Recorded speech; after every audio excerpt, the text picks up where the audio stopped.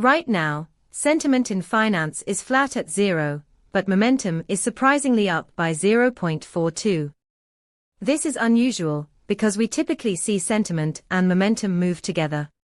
You're likely catching a shift where market players are optimistic about future price movements, even when current sentiment doesn't reflect that positivity. Our API returns a rich set of data, including sentiment scores, momentum indices, and semantic clusters, helping you analyze market behavior with precision. Imagine using this insight to build a predictive model that capitalizes on these momentum shifts, even when sentiment is stagnant. Don't miss out on this unique opportunity to enhance your trading strategies. Check out the documentation at pulsebit.lojenterprise.com/docs for more details.